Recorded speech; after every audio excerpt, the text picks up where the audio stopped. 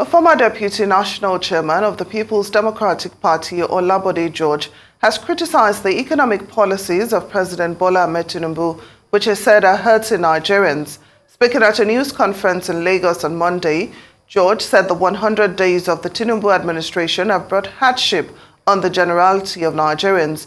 He criticized the 5 billion naira palliatives given to state government to cushion the effect of the fuel subsidy removal on Nigerians. He expressed fears that the fund will not be judiciously expended.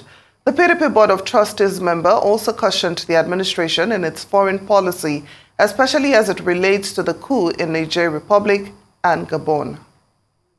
You are doling now billions to the states for palliative. You're giving cash, chasing too few goods. You know what you are causing? Hyperinflation. that is medieval economics. And I said to people, I said, who is this voodoo economist who is the advisor in the villa? Give them the money. What do we want to do with money? How much can that money buy goods in the market? Abi? So what kind? Oh, give them. Oh, and now Lagos is about 22 million people. Bayelsa about plus or minus 2 million people. Lagos got 5 billion. Bayelsa got 5 billion. Kano, heavily populated. Jigawa, small. They got 5 billion. Kano got 5 billion. What are you telling the people? Is it not money for the boys? You look at it in those days, the giant of Africa. For every 10 Africans, 7 are Nigerians. Look at the little Rwanda there. And we want to concern ourselves with, hey, oh, there is a coup in that country. What the heck is your business? Does it have any direct impact on our national interest? No.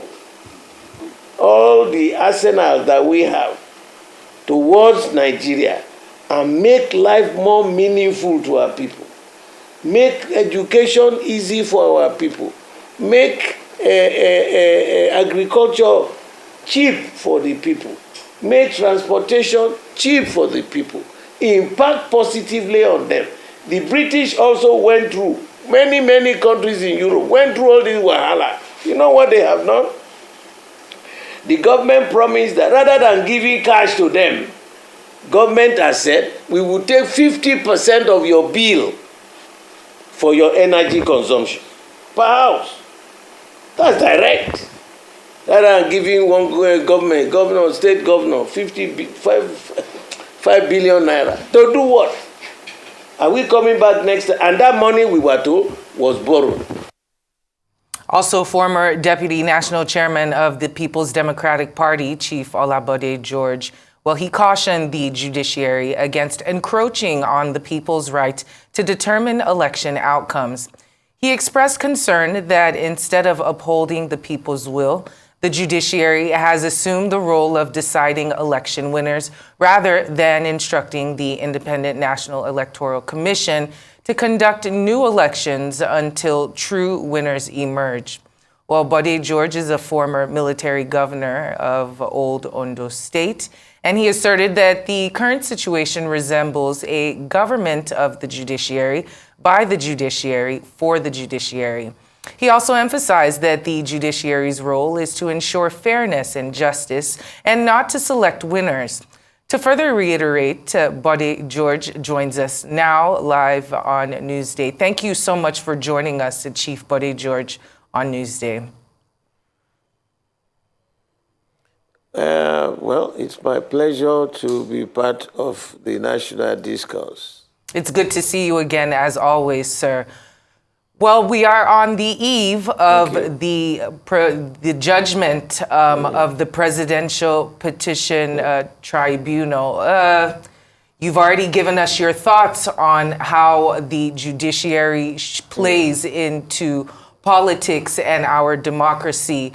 What are you expecting for tomorrow and the implications of whichever way it swings? You know, thank you for this question. I have been a very keen watcher of the political hullabaloo in this country. And, you know, thank God we're back in a democratic governance. In other words, the government of the people, for the people, by the people. It is the will of the people that we must respect. Now, we have an agency that was to conduct the election, an agency completely entrusted to manage and ensure that the process was seamless. At the end of the day, there was an announcement by the chairman that there was a glitch on the system. I am an engineer by profession, and I said to myself, if there was a glitch, first of all, let me thank President Buhari for introducing the modern technology in the electoral process. Because in the past, they had been handled, manipulated, all kinds of marauders, give figures, manipulate the figures, and come up with solutions that were archaic and unacceptable. Now, the day he announced that they have spent so much money acquiring modern technology to handle the electoral process, I had a party in my office.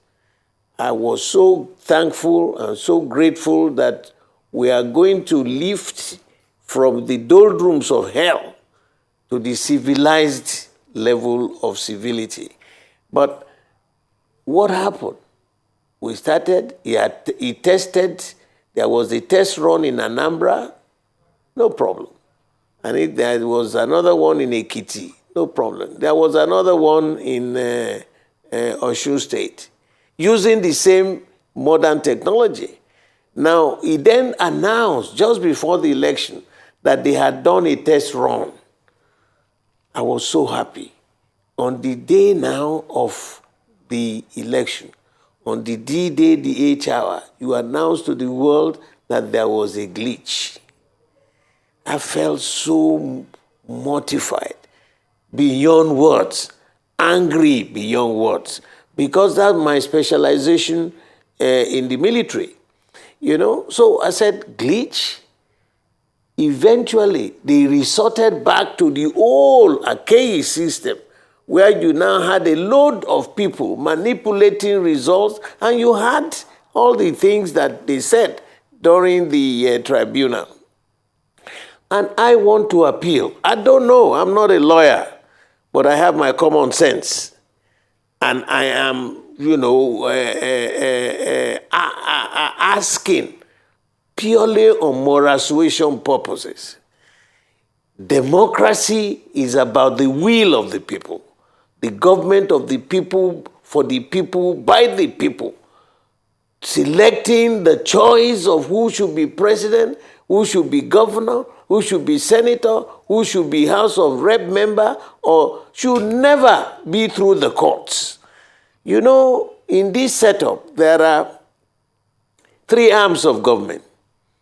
They are equal arms, but independent. Now, if one of them now decides on our behalf who should be president, who should be governor, it's unheard of. It's absolutely shambolic. How would it be? The 200 million people, about 60 million people voted, and then 3 or 4 or 5 or 6 or 7 will now decide the winner of the election.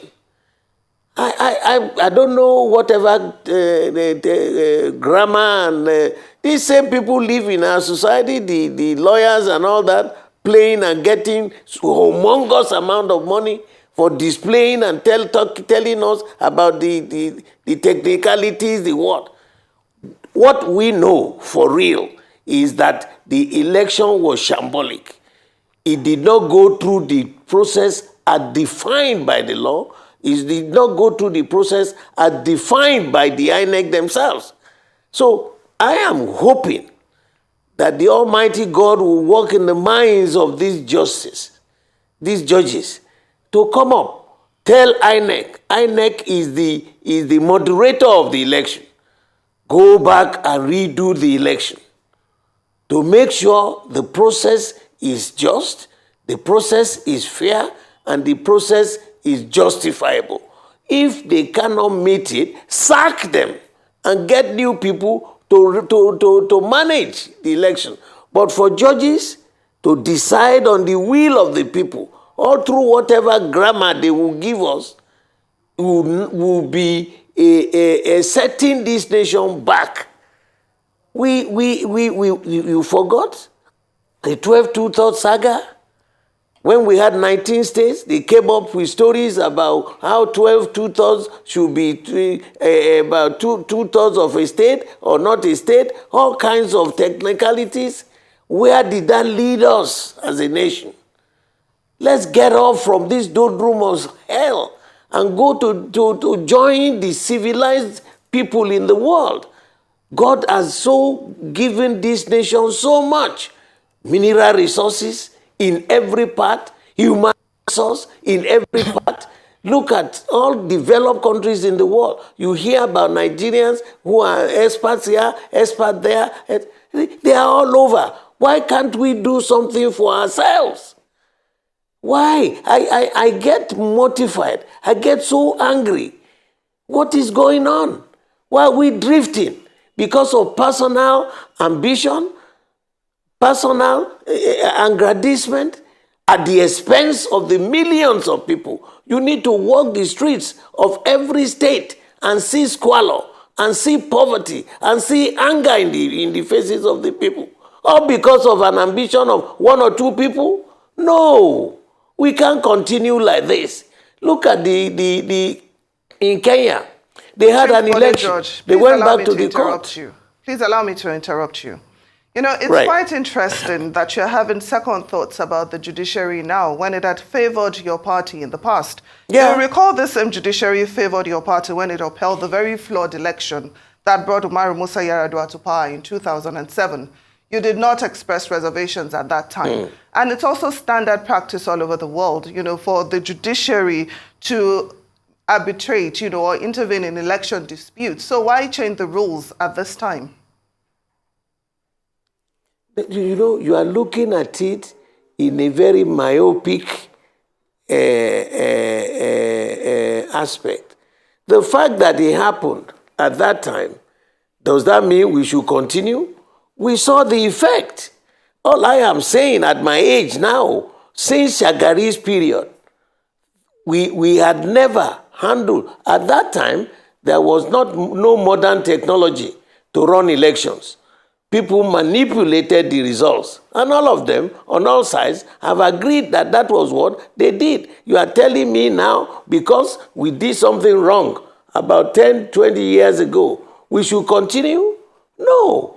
The essence of life is that once you are able to see the mistakes made, make corrections, and don't repeat the mistakes so that you can grow. That's all I am saying. For me, it doesn't matter whether it's party A or party B. Everybody will be involved.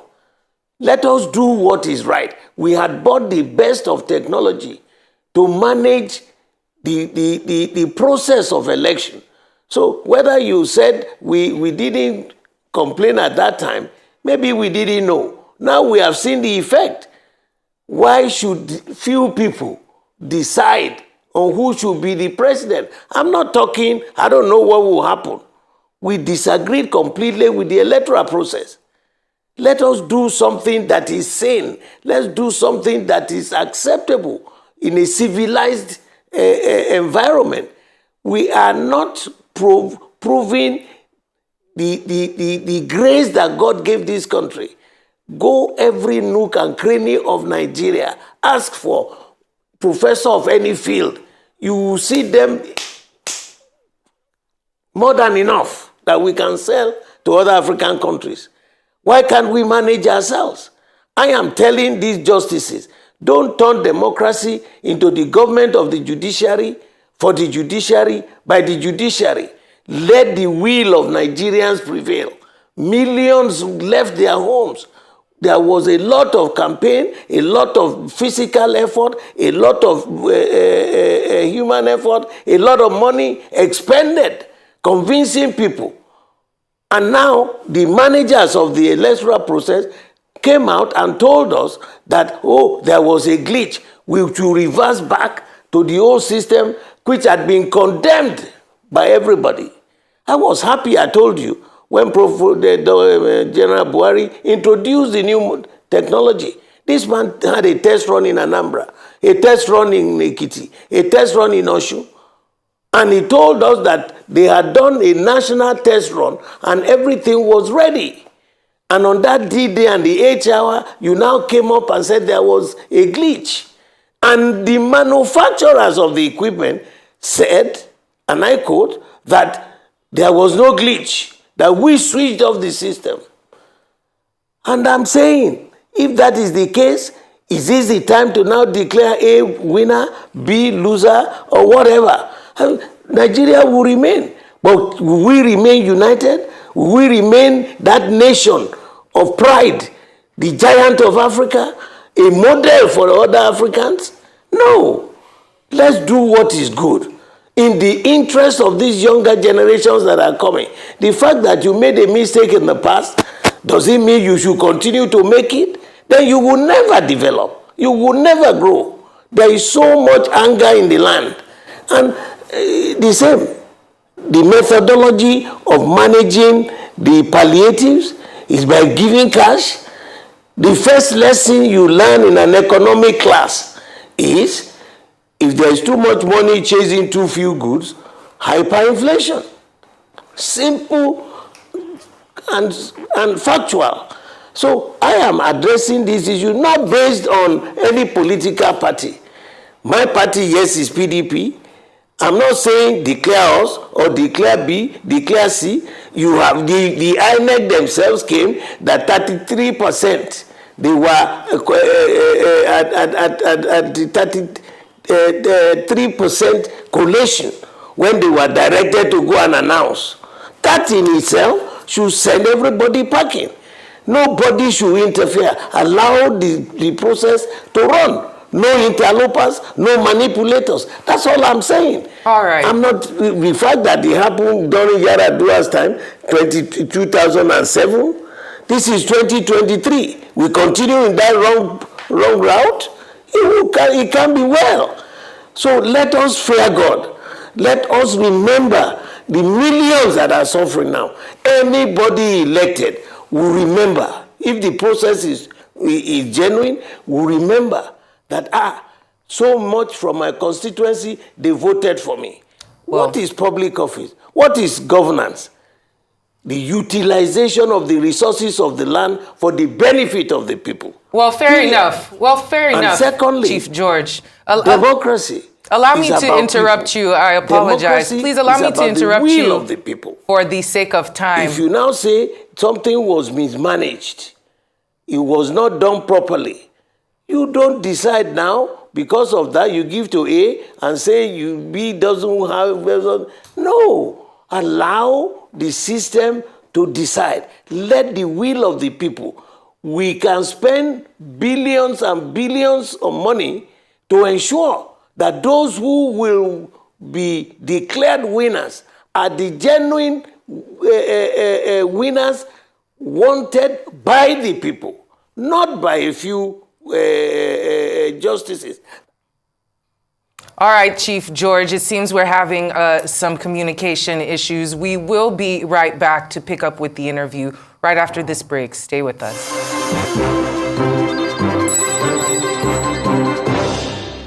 And welcome back to Newsday. Thank you for staying with us. We were speaking with Chief Bode George just before the break, and he joins us once again for our discussion on Newsday. Thank you for staying with us, Chief. I guess tomorrow is D-Day, and all eyes are on the tribunal and the judiciary. But I do want to move on to something a little bit lighter. We do know that it is the 25th anniversary of your party, the PDP, and after about 16 years in power, if being the chieftain that you are, can you give us a brief overview of what you see for the party in the next coming years, especially at this time when it's drawing quite a lot of criticism due to infighting and just a lack of a punch in order to be the country's sounding board to offset the ruling party. So your thoughts on the PDP at 25? Now, let me first of all congratulate the founding fathers on our 25th anniversary and to thank them so much for their commitment, their dedication and loyalty to the growth of this country called Nigeria. The way they conceptualized it, you had Chibola, who was a member of the G14. You had Papa Lese Kweme. You had Jimu Wobodo.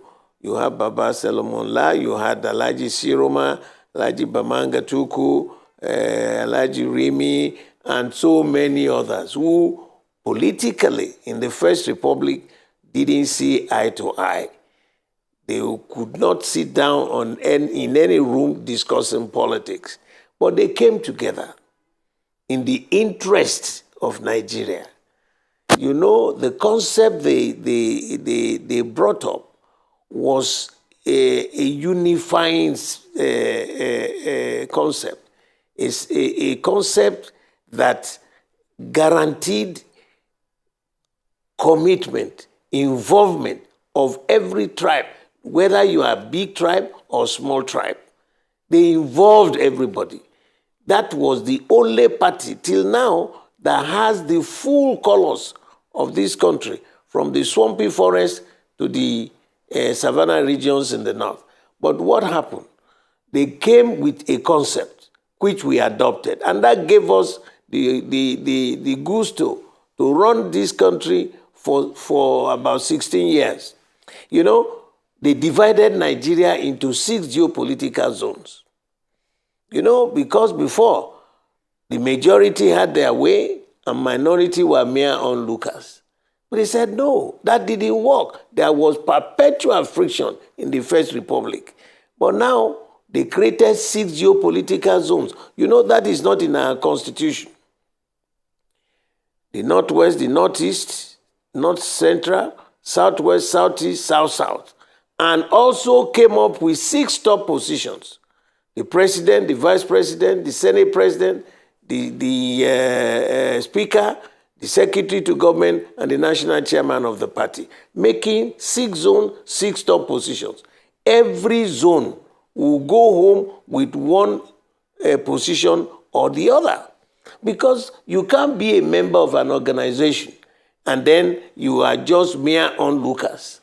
And they then decided Section 7, subsection 3C of our Constitution, till today, guarantees that there will be zoning and rotation in our concept. And so everybody was happy that the 3 positions in the north and the 3 positions in the south, after 8 years, will be rotated. All positions in the south will go to the north, all positions in the north will come to the south. So nobody will be cheated. And as you have that up and down, north-south, you will also rotate such position. So someday, a minority that never dreamt that he could get to the villa could become president. That was what they left behind. And there is no organization, there is no human being that is perfect. That was the dictum. That was the tenets, the foundation, the centerpiece of all our operation in the party. I was happy you know, they handed over the first conducted convention. I emerged as the vice chairman, Southwest. And we took over from them the dictates, the tenets that they handed over to us and ran the party in that manner, you know. So that was why every zone, everybody, I have campaigned through the nooks and crannies of this country. And there is no village you will not find a PDP. But somehow, like this is why I said, human beings, organization will make mistake. We can disagree, but we must never be disagreeable. We have learned a lesson in our party. We shoved it aside. Some people came with their stories. Others came with their own stories. We could not agree with them, with ourselves. But it's a learning process. A democratic dispensation is not a 100-meter dash race. You grow. You will see. Look at even America today. Look at the issue of the Republican Party. You know, they've existed for over 200 years. They still had problems. The same in the UK. You have the Conservative, the Labour. There was a time the Conservative broke into two. But human beings, you know, the system and our training didn't say sometimes you can hit a brick wall. But your ability to discuss, to find solutions to those problems will be a measure of how responsible, respectable, and determinable you are. We have learned this, and I hope and I pray that at the end of this electoral process, which I told you was absolutely, completely shambolic, totally useless, we will sit down and rebuild the party. We cannot now allow the concept introduced by our founding fathers for the sake of one indivisible nation called Nigeria, allow it to die and to crumble. So I'm looking forward that we will discuss, we will chat, and we will get there. Obaniko Baje, like we say in my local parlance, it's a lesson. And we must, as elders, be ready to discuss in details the flaws. I can hear some saying, no, there is no flaw, it is this, is that. Oh, Wike and his group are doing this. We will resolve our problems.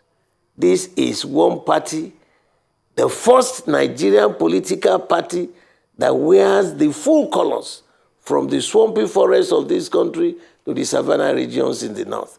I pray for good success. A quarter of a century in existence. It's not a joke. And but we will get together, reestablish ourselves for the sake of those younger generation we are mentoring. Tribalism doesn't help. Religious bigotry doesn't help. Divisibility in every aspect of our life does not help. Let's get together. Let us accept A is due for whatever it is due for, so be it. It's not going to be a long-lasting thing. 8 years maximum. And then we'll roll on. We have learned our lesson, and we will meet to resolve it. I want to congratulate the founding fathers and those who have remained in the party. The solution is not jumping ship. If you start jumping ship, I'm a sailor, you know. So if you start jumping ship, someday you want to jump and you misjump, you know what happens? Straight into the bottom of the sea. So remain on board, resolve and repair and accept your mistakes and build upon that. God didn't say we will not have problems as we traverse through the journey of life. But as you have the problems, you must progress. You must also decide that you get up and you move on. I wish our party the very best in the future. Well, we certainly wish you the very best as well. Chief Bode George, former PDP Deputy National Chairman South, thank you so much for joining us on Newsday.